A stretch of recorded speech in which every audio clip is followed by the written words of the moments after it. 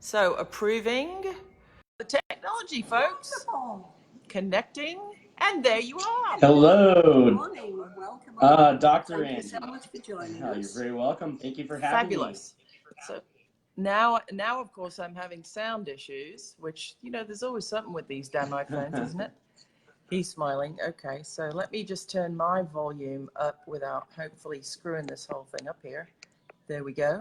And testing 1, 2, 3. Hello, hello. There we go. Perfect. We have liftoff. All right. Well, I'm going to go Chef Jason. sit next to Mother. To come and sit on camera so that she can ask intelligent questions. I was just there for the eating and drinking, and maybe a few script notes here and there, so I can get my name on the credits. But Ruth was doing the real stuff behind the scenes. So off we go. So for those of you, Chef Niederkorn should need no introduction if you are a fan of stars and the California cuisine, the American cuisine, as championed by the last magnificent himself, Jeremiah Tower.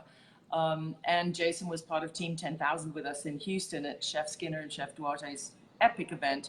So tell us first of all, how did you get involved with Jeremiah Tower and stars and all that amazing story? Okay, well, when I first decided that I was culinary school, I knew I wanted to go to San Francisco. And my first mentor at the time said, you must check out Stars and Jeremiah Tower, as he's a true pioneer in the culinary world. And fortunately, this was back in 96, well over 20 years ago.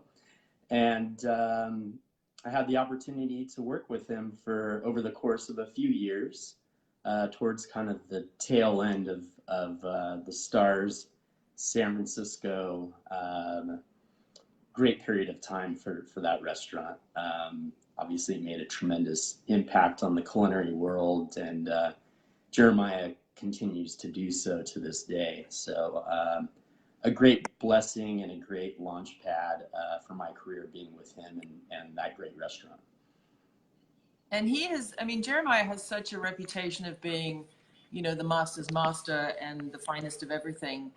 So one could potentially get the impression that he's unapproachable or standoffish or just unreachable. But I've met so many people like you through 10,000 Bites in the social media world that he's really reached out and he's mentored people, hasn't he? He's brought people along. Oh, he's made such a tremendous impact on so many chefs like myself that have had direct experiences with him, as well as had a tremendous impact on chefs worldwide that have never met Jeremiah.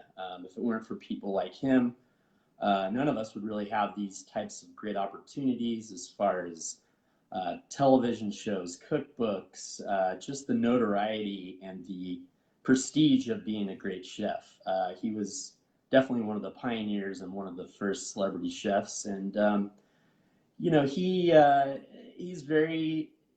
he's a genius. And so there's going to be some things that aren't for everybody as far as his personality and things that he brings to the table. But my only experiences with him have been magical and ones that I'll never forget for the rest of my life and my career.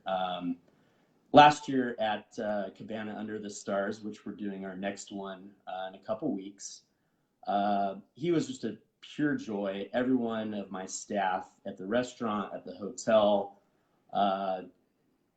they just keep commenting on how fun it was to work with him, and just how much of a joy, and his presence in a room is it's electrifying. And that's the case whether he's working behind the line, which he still does, having a great dinner and copious amounts of caviar and champagne, any type of environment that he's at, he's a very special individual. He seems quite regal to me. He seems like he should be an earl or a duke or something, right? Absolutely. He definitely commands that wherever he goes. And I love the fact that he's still involved with organizations like Chef's Roll. He's still out on the circuit doing special events. Speaking of which, you have Cuts 2.0, which means it's the second one, and I'm assuming cuts means not cuts of meat, but cabana under the stars, and with a play on cabana and stars, Correct. right? Tell us about that. So this was a collaboration that I proposed shortly after the Anthony Bourdain produced documentary, The Last Magnificent. He and I weren't in touch for over a decade leading up to this. And so I reached out to him, kind of proposed my idea. And initially, I think that he had some hesitation, like, why would I go out to Indian Wells and, this 40-seat restaurant that I have? And I knew that he had a lot on his plate just from all the opportunities he had from the movie, and a very busy schedule. So I kind of thought it was a long shot initially. And then after discussing it with him further, he seemed to become very excited about doing it. And we planned it for several months once he agreed to do it with me. And it sold out shortly after we released tickets last year. And it was a very special event. And when he left, he's like, we need to do this every year. So here we are a year later, and Wow. getting ready for it. And this year it's September 13th, right? Yeah, so September 13th, it's at Sands Hotel and Spa in Indian Wells, California, which is in the Coachella Valley, about 20 minutes outside of Palm Springs. A newly remodeled hotel and brand new restaurant by Martin Lawrence Bullard, who's a fantastic world-class interior designer. And the property and the restaurant are extremely special and very chic. Kind of mid-century modern with a lot of Moroccan flair, especially on the property itself. And I think Jeremiah kind of fell in love with the property as soon as he arrived. And we just had a really great time. He's a very hardworking individual. He was up meeting with me at 9 o'clock sharp every morning, dressed to the nines, Prada shoes and all, of course. And working very hard with me hand in hand, and some experiences I'll never forget for sure. So so that's great. So it's probably sold out, but do you have any VIP seats left or anything like that if anybody wants more information? No, actually we do still have some tickets available. We were a little bit late on releasing the tickets this year because we decided to take on some more moving parts as far as enhancements and how do we make it better than last year, and so that took some additional planning. Sure. And so everybody can just look that up at the Sands Hotel and Spa Indian Wells or the Pink Banana, right? Yeah, and we're also on Open Table where you can book directly there as well. Great. Well, it sounds like a fantastic event. So I know we have a lot of LA and Southern California area foodie viewers. So September 13th, if you haven't already made a plan to go and eat fabulous Chef Niederkorn's food along with Meet the Last Magnificent, get in your car, get on the 10, go that way, get it done. So speaking of planning, I mean, we all just met at the Around the World in 10,000 Bites event in Houston, Texas, which was this epic thing. How did you, I mean, you collaborated on the country of France on a plate, 10 courses on it. Had you worked with, or how did you collaborate with Aaron Blue Dawn of, Café Boulou, who is in New York and Houston, Luke McCabe, who's in Ontario, Canada, and yourself in California? You're all collaborating on one plate. How on earth did that get done? Well, Great difficulty. yeah, it definitely sounds quite challenging, especially when you're with so many great chefs, and obviously there might be some egos that come along with that, and you're very particular about how you want things done, and none of us are used to taking direction from anyone, at least for quite some time leading up to this event. So, but I think all of us successfully were able to set all that aside and kind of just collaborate and come together, knowing that we had one common goal of creating this never been done experience. And I think that because of the finish line, the end goal was obviously greater than the sum of its parts. All of us did that really seamlessly, and it was such an amazing experience working with so many talented chefs, and the egos were definitely set aside. It was everyone helping each other out. It was a real team effort. And I think anyone involved with the event would attest to that as well. Absolutely. So as far as the menu planning, ahead of time, we had quite a few calls ahead of time and a lot of emails back and forth, like these are the ideas that I'd like to bring to the table. And then once we kind of decided on the dishes, then it was like, okay, so what's the progression of dishes? Obviously a 10-course menu, it's not randomly, you know, this will be the first course, second course. A lot of thought and planning went into that as well. And I think we were extremely successful at it, especially being the first time it's ever happened and our first time attempting that. And I know because of the success of that event, there's going to be upcoming ones next year that all of us involved are very much looking forward to and already are thinking of how we can make it better or smoother or just a better experience all the way around. What? I'm sorry, I'm going to say we hope for no power cuts on the day of the Yes. Oh boy. Yep. Downtown Houston, for those of you watching, it is day of. Everybody's been there 4 or 5 days. Thank heavens for the wonderful Hotel Zaza in the Museum District, because they just gave us their free reign of their kitchen, which we could not have done that. You know, you could not have done that without them. Can you imagine trying to get that done in food trucks outside in 110 degrees? It was bad. It was bad enough that we had a fabulous commercial kitchen at the Zaza. But then all of a sudden, we're all in the chef's meeting, McCartney Studios, our crew is in there filming it for a documentary we're making, and power goes out. It's like, okay, what was that? It reminded me of the air raids in Liverpool when everything just went black. I went, oh no, not that.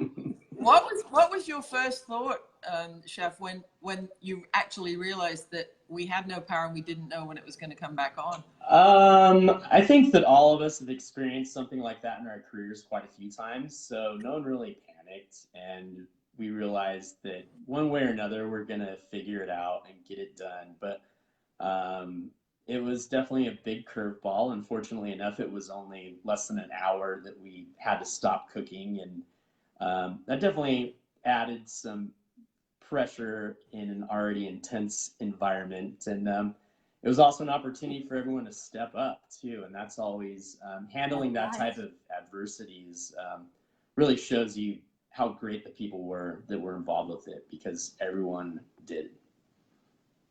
Well, and also I think the ultimate goal was to the camaraderie, and as Chef Skinner, who invented the whole crazy thing with the Chef Tesla, I call him, because he does stuff that just shouldn't happen.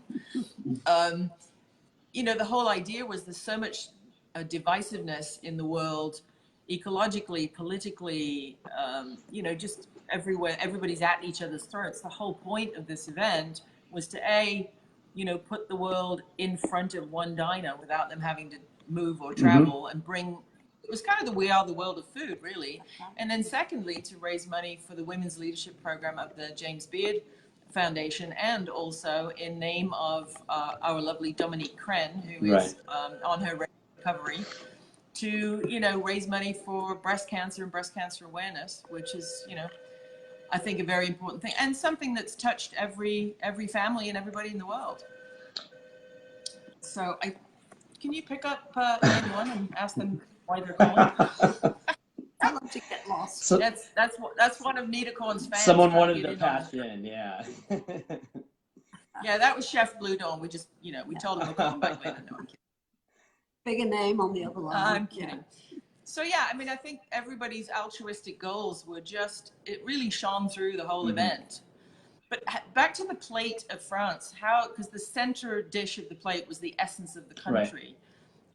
What was that for the viewers? I know what it was, but what was that dish, and how did the three of you, Chef McCabe, Chef Blue Dawn, and yourself, come to a consensus of agreeing on what that should be? Well, as far as French cuisine, especially, you know, my approach in my contributions to the plate were starting with pure tradition, and just realizing that French cuisine is really the backbone of all of gastronomy for the most part, as far as we know it today.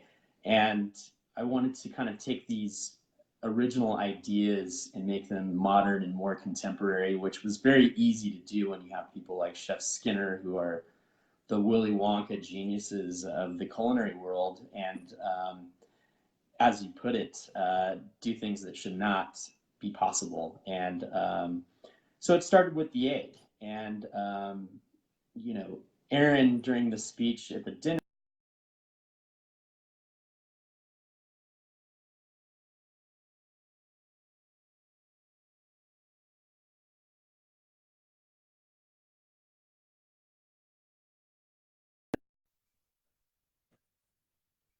really show your personality and skill level in the kitchen. And it's a fundamental part of the cuisine. So that's what we did. We selected to do an omelet and a simple morel cream sauce, which is a dish that I've been doing for well over 15 years now. And it's one of those just beautifully simple dishes that, you know, if executed at a very high level, really makes an impact, and also symbolically as well.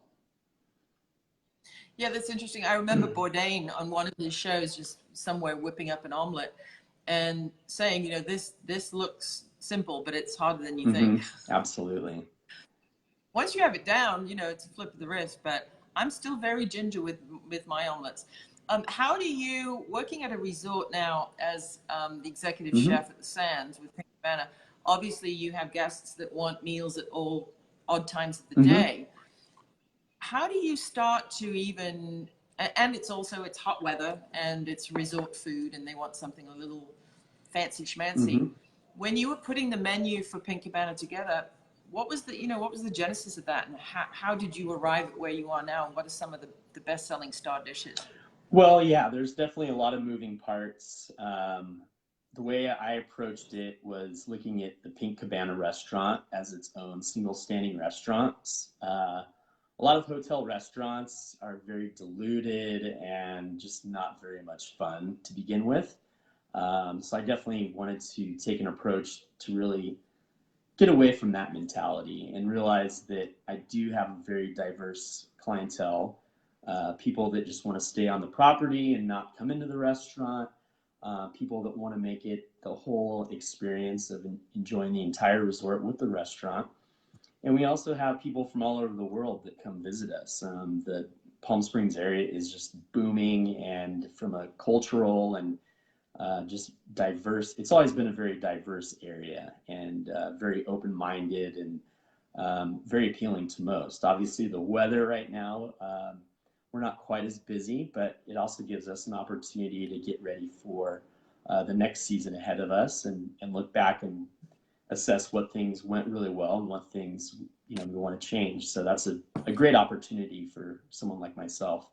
I definitely wanted to tie the food into the brand and the style of the hotel, which is very chic, you know, slightly Moroccan, kind of old Palm Springs feel to it as well. There's definitely spatterings of like Mediterranean and Californian, and I think you'll find that in the menu, whether it was the menu I created a year ago or the menu that's going to start in a couple weeks, which I'm always changing the menu. I get bored very easily. So yeah, it's taking a lot of things into consideration, and there were definitely some things that didn't work. And, you know, when you open a new hotel or a new restaurant, there's always going to be things that you're like, you know, maybe I should have done something different. But you know, the greats learn from their mistakes. They're able to adapt and adjust, and I think that's what we're doing pretty fluently at this point, about a year and a half later now. So That's great. And so just tell folks where they can find more information, not just about, you know, the Cuts dinner and yourself, but, you know, the resort in general, and what's, you know, what's next for the season. Are you doing, you know, are you open or closed at Christmas and things like that? So Sands Hotel is owned by PRG Hospitality. We own 9 other boutique properties in California. We're continuing to grow. We're opening a new one in Hollywood at the end of summer, and already have our sights set on a few other properties. So, and they're all very unique, diverse, and very luxury boutique fun properties. So it's great being a part of that organization, and I hope to be involved with all the future projects and being partners with them for a long time. As far as the Sands and Pink Cabana is concerned, Sands Hotel and Spa website. You can also find us on Instagram and Facebook. My handles are Jason Niederkorn for both Instagram and Facebook. And we'll be doing special events during the holidays, some a little bit more elaborate than others, depending on which holiday it is. Obviously, we have the Jeremiah dinner coming up, and looking at next year, our calendar is already looking pretty full with another 10,000 Bites event on the horizon, doing some food and wine events as well next year, and staying busy with a great property with Sands and Pink Cabana. Well, fantastic. Yeah. Audience question. So, a question from the audience. Will the experience at 10,000 Bites have any effect on his menu? Oh, yes. Will the experience at 10,000 Bites have any effect on your thoughts on your particular menu for the Pink Cabana? My menu planning starts months prior to it happening. So what I'm going to actually release in a few weeks, that planning started several months ago. I think that my experience at 10,000 Bites is more of a bigger picture thing that will impact my decision making with a lot of things in my career moving forward. So in a nutshell, yes, it'll impact pretty much everything I do. Specific dishes, no, you're not going to see the same dishes on my menu. Very interesting. Well, did you have another question? No, I was just going to say, I think it's Burning Man out there, isn't it, about now too? Well, Which brings a lot of travelers to the area. yeah, I mean, we're starting, the temperatures are starting to not be as unbearable. So that was another thing, selecting, you know, a few weeks from now, it's going to be starting the heat wave's going to be breaking around that time. And yeah, Palm Springs area just fills up all of a sudden as soon as the weather gets a little bit nicer. Yeah. Mm-hmm. Well, that's great. Well, thank you once again, Chef, for taking time out of your busy schedule. I can't even imagine to, you know, how crazy it must be running a resort restaurant. But yeah, so Martin, do you want to jump in from behind the camera? He's not camera ready today. Jolly good. Well, we are middling. We've got some great shots and stuff of you for the 10,000 Bites documentary. And we may be seeing each other soon again, I hope, because we're only 100 miles apart. But thank you so much for taking the time out of your busy schedule. And we will check in with you soon and see how things are going with the great Jeremiah Tower Cuts 2.0 dinner. Yeah. And everybody go follow at Jason Niederkorn on social and check out the Sands Resort and Spa in Indian Wells, California, and especially the Pink Cabana. Well, thank you. So drink up and eat up. Thank you so much, ladies. It's been a pleasure, and look forward to seeing you again. Absolutely. Keep in touch. Okay. Bye-bye. Stepping off. Stepping off.